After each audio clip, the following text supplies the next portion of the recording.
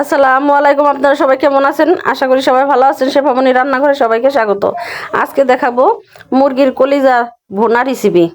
প্রথমে দিয়ে দিলাম একটা পাত্রের মধ্যে হলুদ গুঁড়ো, লবণ দিয়ে আমি কলিজাগুলা সুন্দর করে পরিষ্কার করে রেখেছিলাম, সেইগুলো দিয়ে খুব সুন্দর করে 5-6 মিনিট ফুটিয়ে নেব। খুব সুন্দর করে ফুটিয়ে নিলে এই কলিজাটার গন্ধ, অনেক লোকের নাকে গন্ধ আসে, সেই গন্ধটা একেবারেই থাকে না।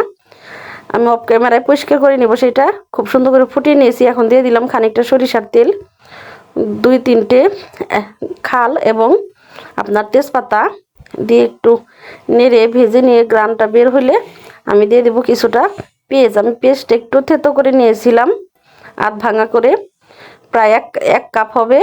সেই পেঁয়াজটা দিয়ে দিলাম। এখন নেড়ে চেড়ে ভেজে নেব।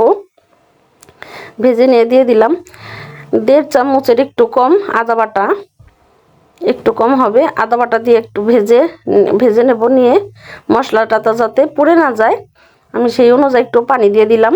দিয়ে এখন প্রত্যেকটা স্টেপ স্টেপ মশলাগুলো দিয়ে দেব।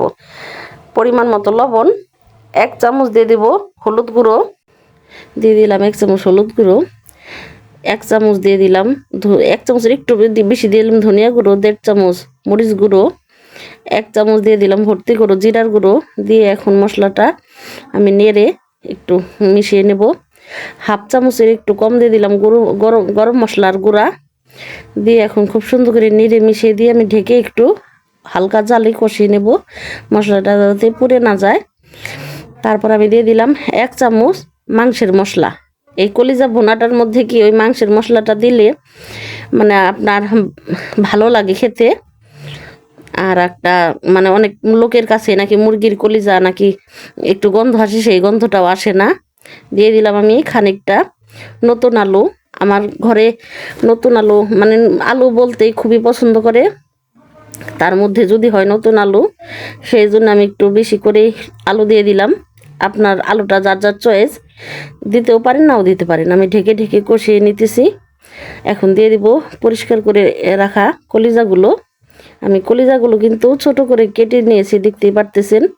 এই কলিজাটা ছোট করে কেটে নিলে কিন্তু মশলাটাও ঢুকে, খেতেও ভালো লাগে। এখন সুন্দর করে মিশিয়ে আমি কষিয়ে নেব ঢেকে ঢেকে হালকা জালে। জালটা আমি কমিয়ে কমিয়ে দিতেছি, কমিয়ে দিয়ে কষালে কি খুব সুন্দর হয়। এখন আমি নেড়ে চেড়ে নিতেছি, নেড়ে যাতে পুড়ে না যায় সেইভাবে আমি নেড়ে নেড়ে কষিয়ে নেব। খুব সুন্দর করে নেড়ে কষিয়ে নিয়ে তারপর আমি আবার একটু ঢেকে দেব। ঢেকে দিয়ে তারপর একটু কষিয়ে নেব। কষিয়ে নিয়ে তারপর আমি খুব সুন্দর করে এখানে পানি দিয়ে দেব, গরম পানি। নেড়ে কষিয়ে নিয়ে পানি দিয়ে দেব। আর আপনার দেখা যায় কি বাচ্চারা কত সময় এই কলিজাটা খেতে চায় না। এইভাবে যদি রান্না করেন অবশ্যই আপনার ঘরের ছোট বড় সবাই এটা খেতে চাবে। আমি দিয়ে দিলাম পরিমাণ মতো পানি, দিয়ে ঢেকে দিলাম। আবার একটু নেড়ে দেখব ঠিক আছে কিনা সব কিছু। একটু লবণও আমি দেখে নেব। আমি একবার লবণ দিয়েছি, আবার একটু লবণটা দেখব চেখে। আর 2-3 টুকরা দিয়ে দিলাম কাঁচামরিচ। কাঁচামরিচের ফ্লেভারটা একটু ভালো লাগে খেতে, সেই জন্য একটু আমি লবণটা দেখে নেব। লবণটা আমার কাছে লাগলো কি একটু লাগবে, সেই জন্য আমি একটু খানিকটা লবণও দিয়ে দিলাম। দিয়ে এখন নেড়ে চেড়ে মিশিয়ে আবার একটু ঢেকে দেব। ঢেকে ঢেকে রান্না করব। এইভাবে আপনি বাসায় অবশ্যই রান্না করে দেখবেন, খুবই মজা পাবেন। ছোট বড় সবাই পেট ভরে ভাত খাবে। আর একটু জিরে গুঁড়ো আমি দিয়ে দিলাম 1/2 চামচের মতো, দিয়ে আবার একটু ঢেকে দেব নেড়ে চেড়ে মিশিয়ে নিয়ে।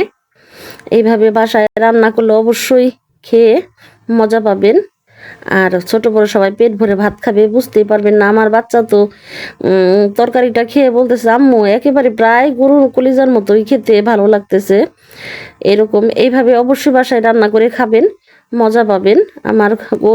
আমার কলিজার কিন্তু খুব সুন্দর হয়েছে, দেখতেছেন পানিটাও শুকিয়ে গেছে।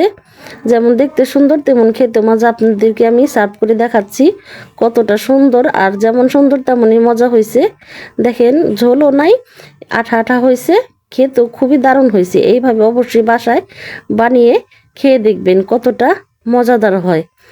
অবশ্যই বাচ্চারা এইভাবে রেসিপি করে খেলে আপনার ওই কলিজাটা খেয়ে আপনার কাজেও লেগে গেল, একটা তরকারিও হলো এবং কি পাশাপাশি স্বাদও পেলেন।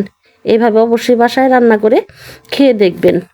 আমার রান্নাটি যদি একটু ভালো লেগে থাকে অবশ্যই লাইক এবং সাবস্ক্রাইব করে দিবেন। আজকের মতো আল্লাহ হাফেজ।